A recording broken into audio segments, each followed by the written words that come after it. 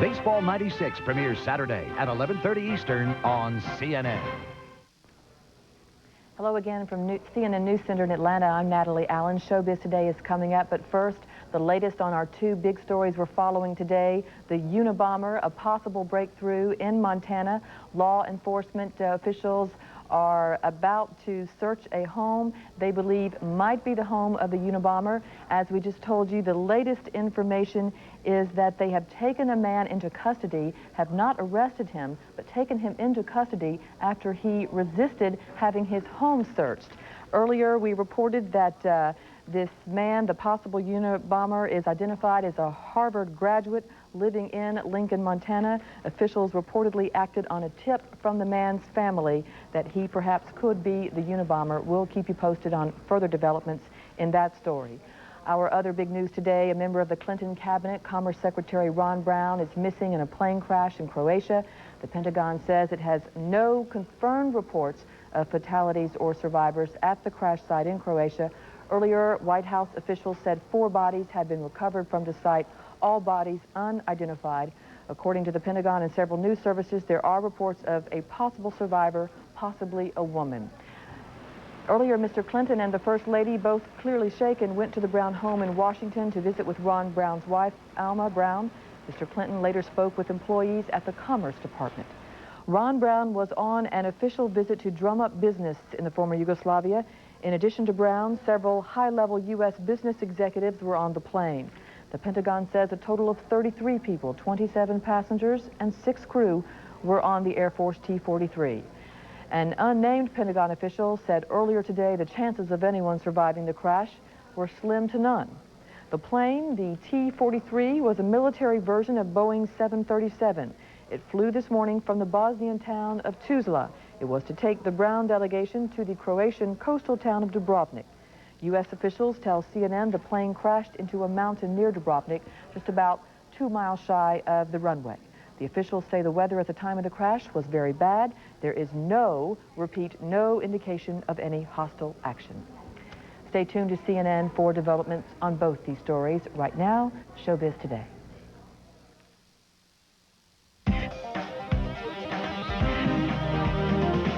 Worrying about losing models to your competition is something one always worries about. And it's something you think about a great deal. Runway robbery, the truth uncovered about a CoverGirl controversy. Words on the street, your favorite New York shows aren't shot where you thought. And funny man Martin Lawrence returns to the movies as a serial lady killer.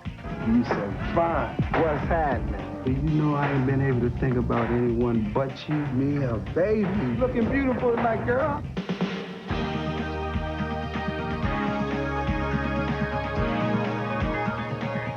Hello, everybody. I'm Lauren Sidney. And I'm Paul Verkaman sitting in for Jim Murray. Lauren, I know the spring fashion shows have just wrapped up there in New York. Yes, they certainly have, Paul. And the presence of those supermodels and the big bucks they bring in has caused an all-out war between modeling agencies. We will have more on that, but first, today's Showbuzz. The man spearheading the development of a rating system for television programs says the industry hopes to have the system in place by January. Jack Valenti, the head of the Motion Picture Association of America, says the industry is leaning toward rating every TV show for violent and sexual content, to exceptions, news and sports. This is an intra-industry operation. There will be no intervention by government at any level. Maples, who has a small role in the current film Executive Decision and who is probably best known for her real-life role as the wife of the rich and famous developer Donald Trump, held a news conference in New York Wednesday. The purpose? Well, she just wanted to let everyone know that she'll be hosting the Miss Universe pageant this year, and now you know. Well, as Marla Maples probably knows, Fashion Week is winding down here in the Big Apple, as Paul said before, but the fashion business itself is heating up. Modeling has become a million-dollar industry, and now new companies are competing with the established agencies like Ford and Elite. But as Jill Brooke reports, not every agency has the means to deliver on promises made to top models. It is known as model behavior, and it is not always pretty.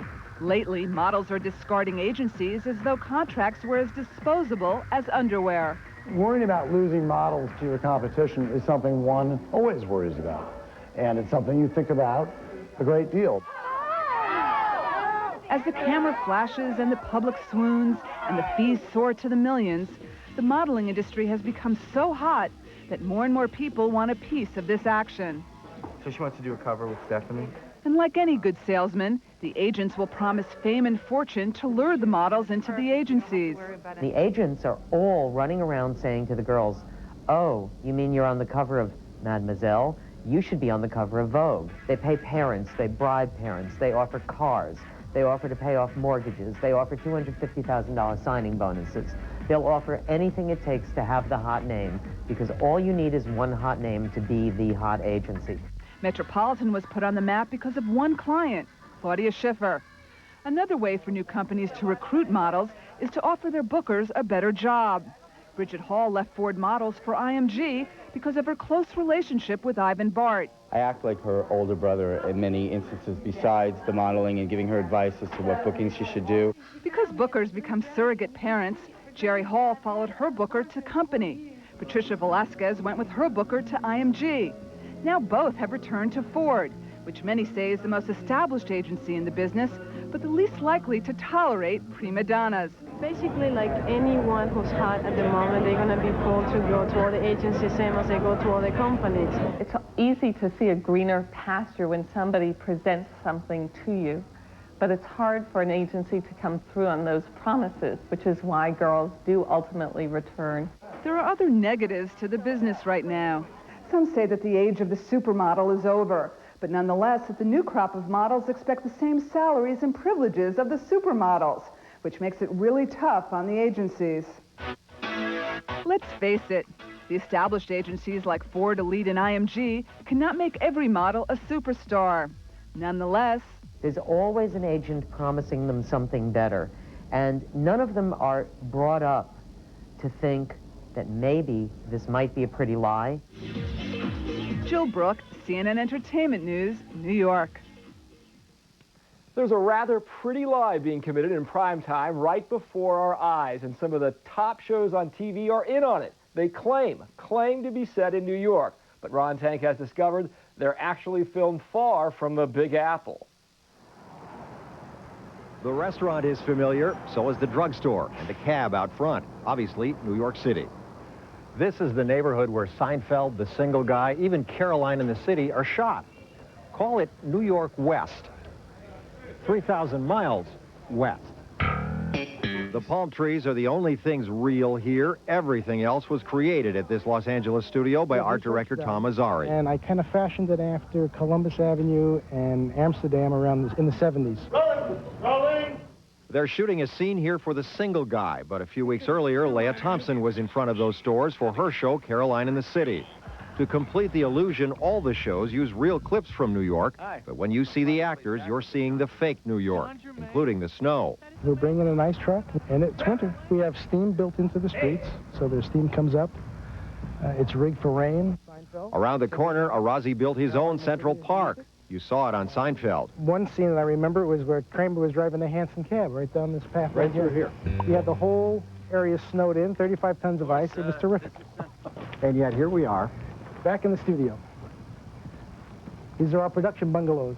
In fact, there are lots of shows that fake New York. Friends isn't really shot there. Neither is Mad About You, though you'd never know it from this scene. The Top Cop show even has New York in its title.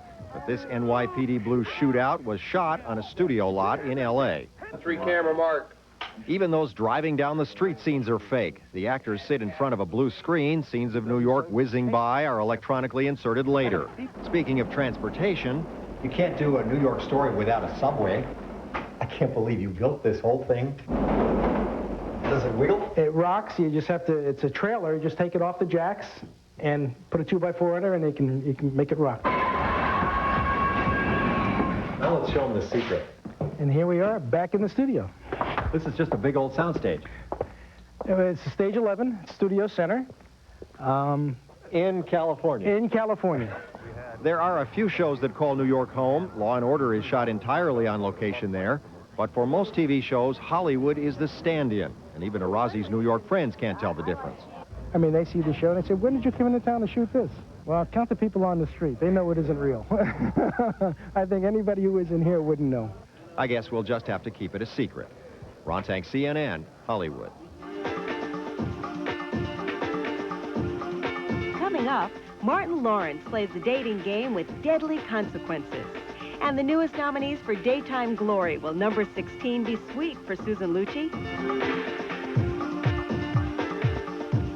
During development, the Aurora's V8 engine raced the equivalent distance of 31 Indy 500s back-to-back. It also broke 47-speed endurance records, 2 of which had been set by Mercedes. And along the way, it hit a top speed of 3,500 miles per hour. My mistake. That was the Air Force's Aurora. Our version has never been clocked above Mach 3. It's your money.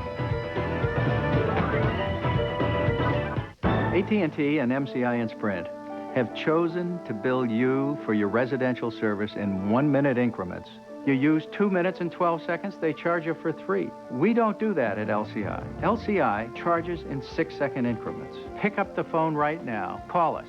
Save yourself money. Call now and switch your home long distance to LCI International, and you'll receive up to a $75 value in long distance services. At LCI, you get what you pay for.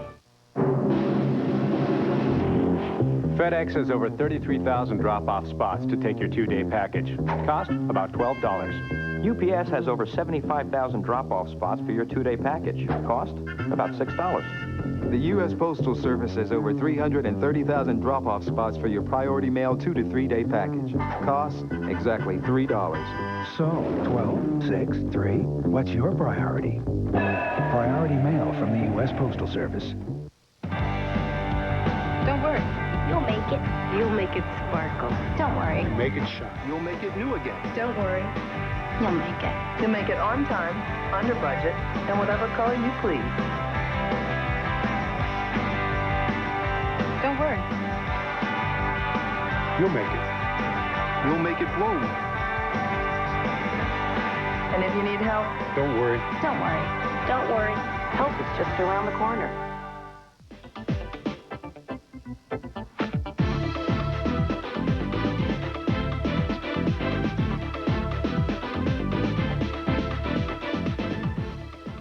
Soap opera queen Susan Lucci can look forward to another nerve-wracking night at the Daytime Emmy Awards on May 22nd. The perennial nominee, who has never won the Emmy, was nominated for the 16th time for her role of Erica Kane on All My Children.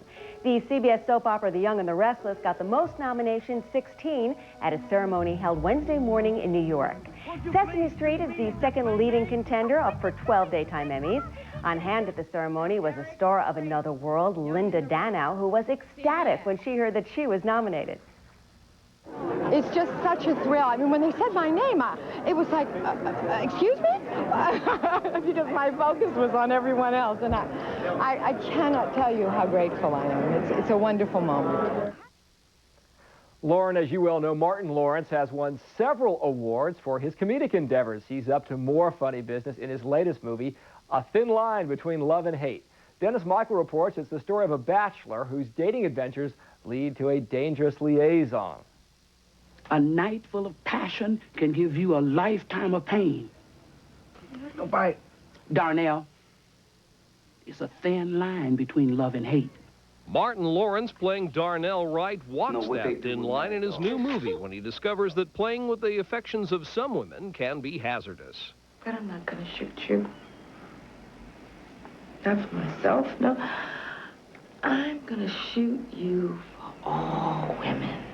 But there was another line that Martin Lawrence crossed in his film, the camera line. Lawrence stars, he also wrote, served as executive producer, and directed the film. Directing period was tough.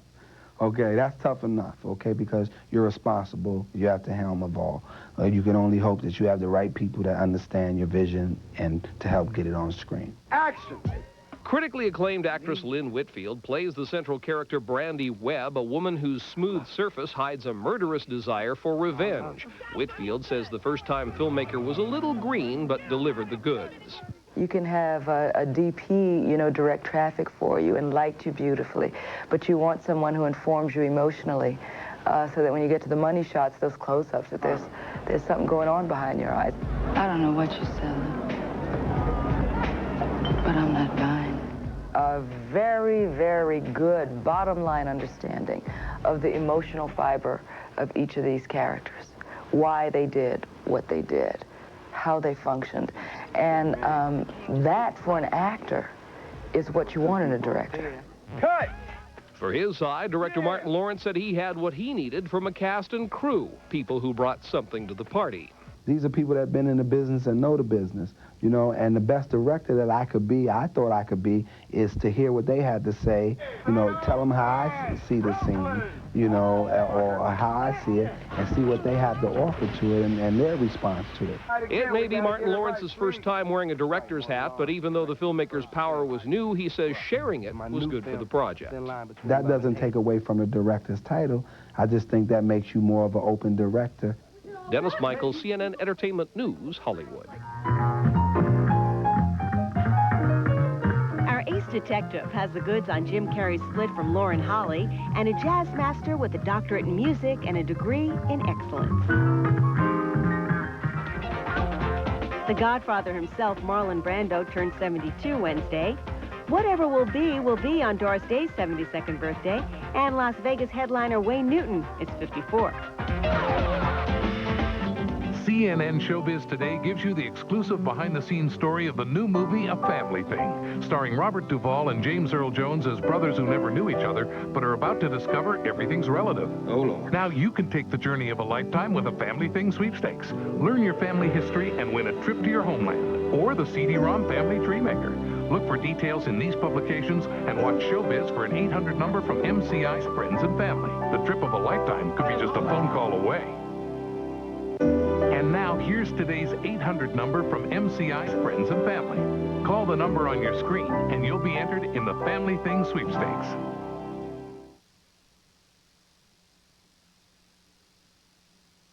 So you've been saving up for a rainy day? Guess what? It's raining.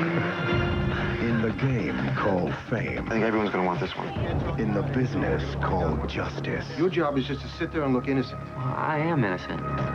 That's it. That's exactly how I want you to look. There's one lawyer Sell the book rights yet, or are you going to wait a while? they love to hate. You want to go one-on-one with me? I don't lose. What's the matter, Marty? Been a while since you rubbed up against a woman with a brain.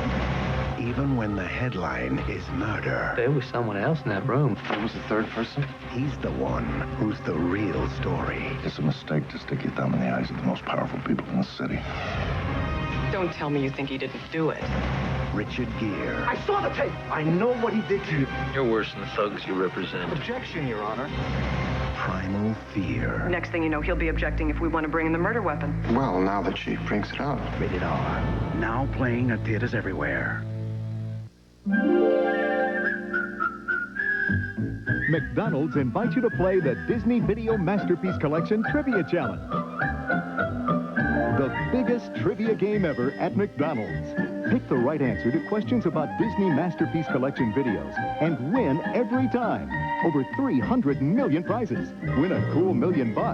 Hot McDonald's food. Disney videos. Come play today. It's gonna be magic. Now, the worldwide resources of television's only global news organization come together to create a truly international newscast. Worldview, the news the world watches. Weeknights 6 Eastern on CNN.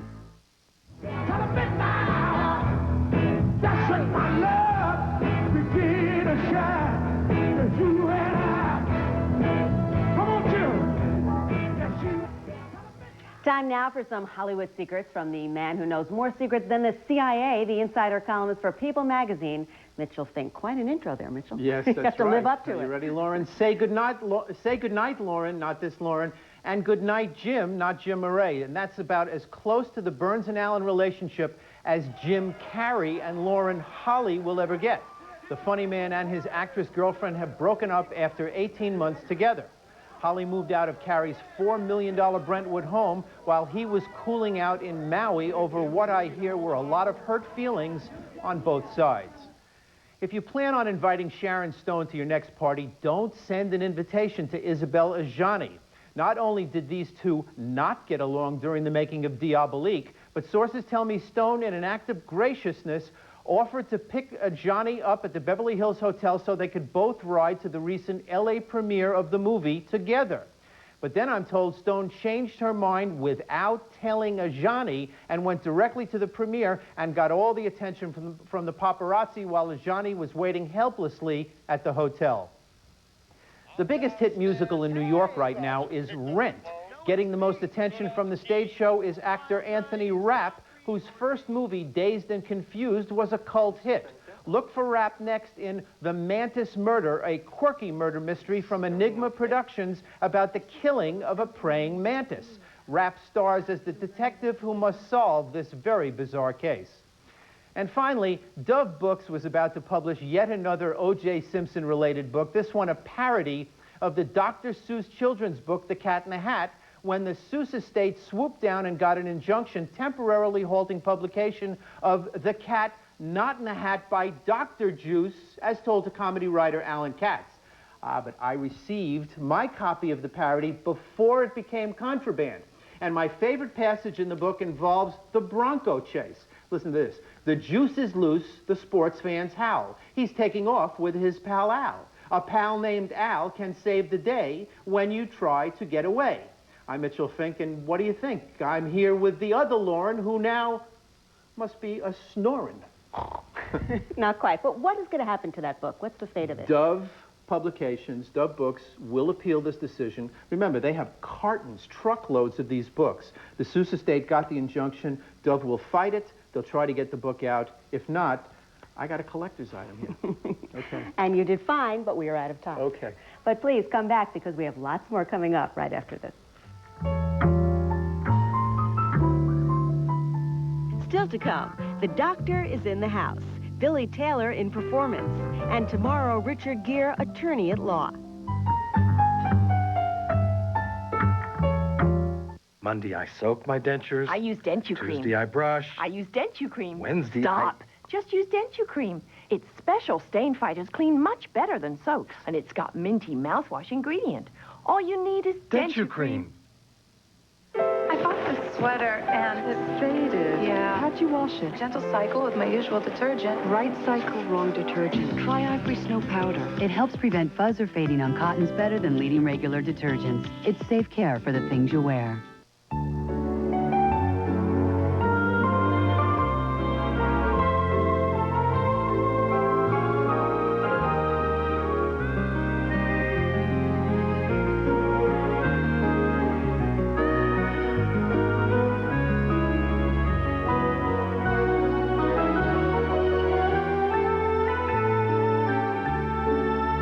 Your best bet is a Best Western. Call 1-800-528-1234 or your travel agent.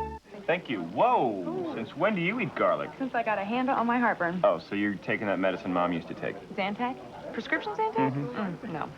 My doctor said Pepsid AC is all I need. You know, to control my occasional heartburn and acid indigestion. Doctor, really? Yeah, he said it controls acid for 9 hours all through the night. It can stop heartburn before it starts. It stops heartburn before it starts? Oh, so you can have those double cappuccinos afterwards. Sure. I mean, you're paying. Hey, you're dreaming. Ask your doctor. You can be heartburn-free with Pepsid AC. Friday night on Dinner and a Movie. Don't miss Urban Cowboy and find out how to make your own no-bull tequila fajitas with Paul and Annabelle. Dinner and a Movie, 10:35 Eastern this Friday, only on TBS. Put your pictures in a shoebox and my gold ring in a drawer. I'm not supposed to love you anymore. We captured a little more of a traditional feel this time around, traditional country. And there's a few little twists in there. Take away my pain, darling. There are some themes, that new beginnings, ways of finding out how to grow up, ways of finding out how a good relationship can work, some love songs.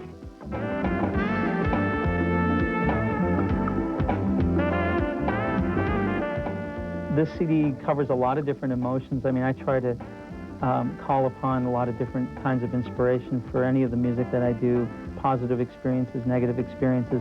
It all helps to kind of create a sort of a well-rounded recording. If there's a busier man in the world of jazz than Dr. Billy Taylor, you'd have to look hard to find him or hear him. Taylor is a TV radio personality, a pianist, a composer and arranger, and a teacher. He talked with Mark Shearer about his love for jazz and how he spreads it.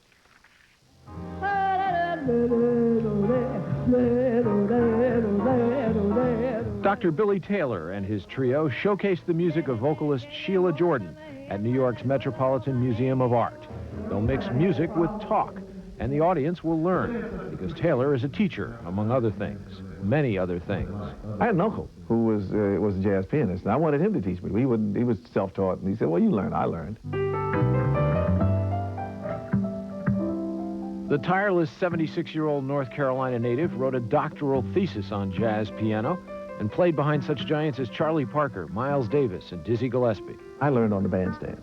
So I had Dizzy Gillespie to reach over my shoulder and say, play this chord. Or I had someone like Ben Webster to say, oh, yeah, I like that kind of thing. Do more of that. Billy Taylor joins us now to talk about the jazz master Ray Brown. Taylor teaches a national TV audience about jazz with his award-winning profiles of jazz musicians on CBS Sunday Morning, a show that allows him the airtime for unhurried, in-depth essays. You've got a different kind of show from any other show on television. So I'm proud to be on there. In addition, there's his national public radio show, Billy Taylor's Jazz from the Kennedy Center, an upcoming Women in Jazz Festival in Washington at the end of April, and of course, recordings. His latest won a Grammy nomination. Of all your roles, composer, performer, educator, communicator, and so on, which is the most important to you? Playing piano. Actually run with a very close second to composing. I like the work that I do in the media, whether it's radio or television. Basically, I'm a pianist-composer. That's the first thing that I do. So everything stems from that.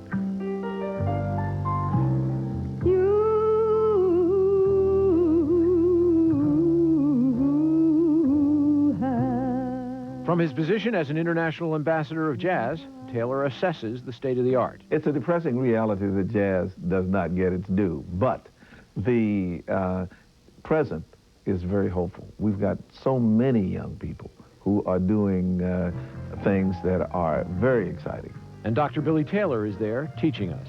Mark Shearer, CNN Entertainment News, New York. And that's it for All That Jazz. But tomorrow, Richard Gere's new courtroom drama goes beyond simply afraid all the way into primal fear. We'll tell you all about it. In New York, I'm Lauren Sidney. And here in Hollywood, I'm Paul Verkaman. For Jim Murray and everyone here at Showbiz Today, thanks for watching. We'll see you next time.